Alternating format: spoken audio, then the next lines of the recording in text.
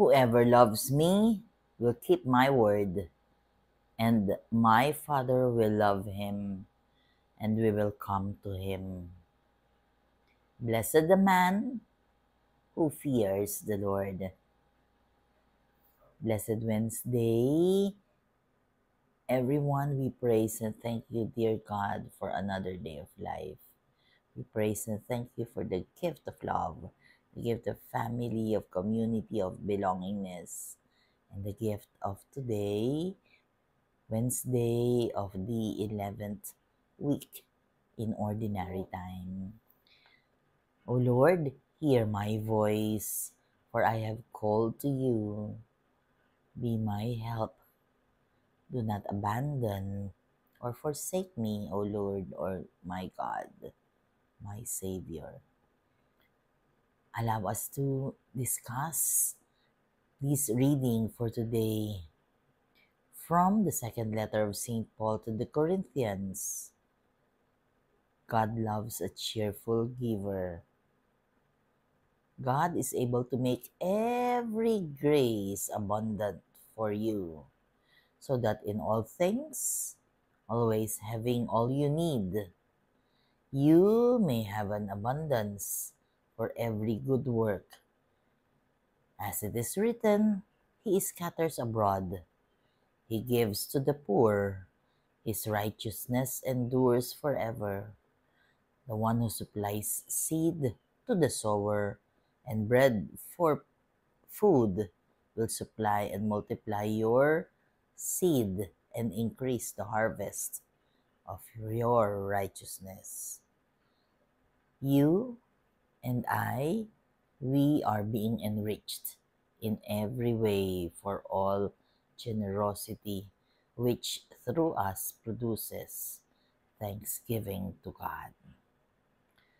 Napakagandang reading for today.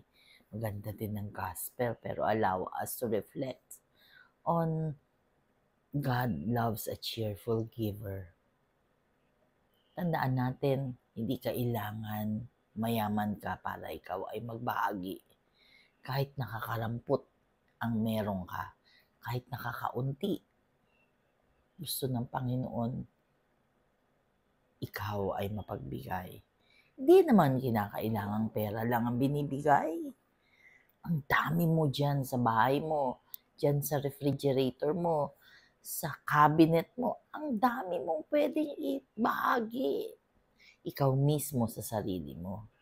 Pwede kang magbahagi ng pagmamahal, magbahagi ng oras, magbahagi ng understanding, magbahagi ng advice, ng opinion, ng suggestion.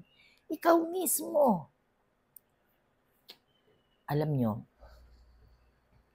maraming mga tao na abundant, but they do not realize their abundance. Why? Kasi ang dami pa nilang hinahanap. Whereas yung mga taong contented, yung mga taong masaya na sa kung ano yung meron sila at laging nagpapasalamat sa Panginoong Diyos dahil, Lord, salamat po sa hangin. Lord, thank you po. Ginising mo na naman ako ngayong araw na ito. Kasi remember, hindi lahat ng natulog ay nagigising. So, walang guarantee yan. Kaya pag natulog ka, hindi ka sure na magigising ka pa. Yung gising nga, hindi ka sure kung tatagal ka eh. Diba? Hindi naman natin hawak ang buhay natin. Pero dahil sa nandirito pa tayo, so may mission pa tayo sa buhay.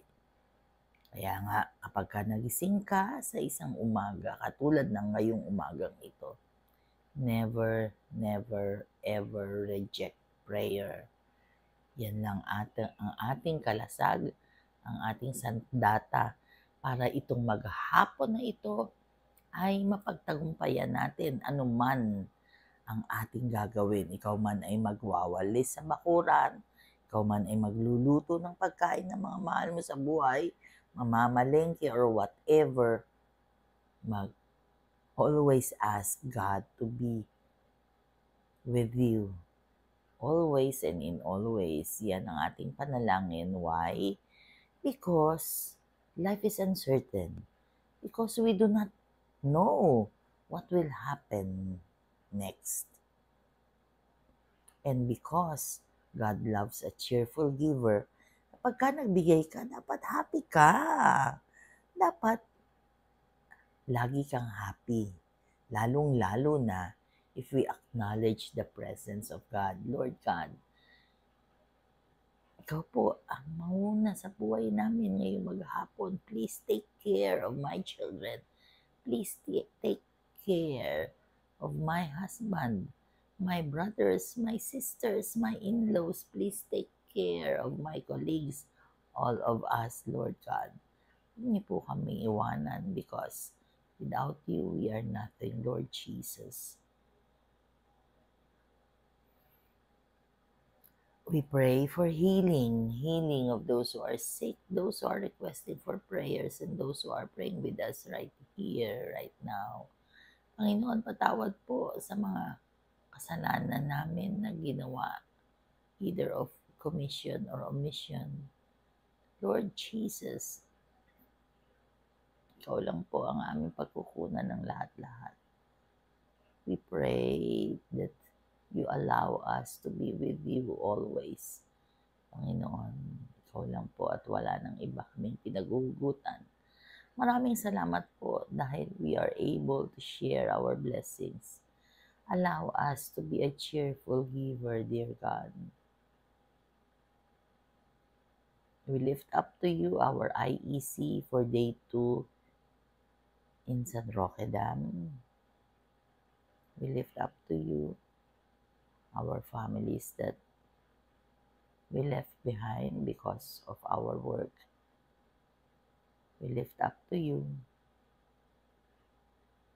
everything that is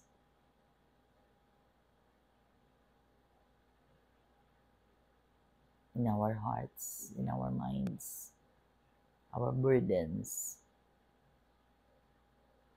Lord God, ikaw na po ang bahala sa lahat. All this we pray in your mighty name through the intercession of our blessed Mama Mary. Amen. In the Father, the Son, and the Holy Spirit. Amen. God bless.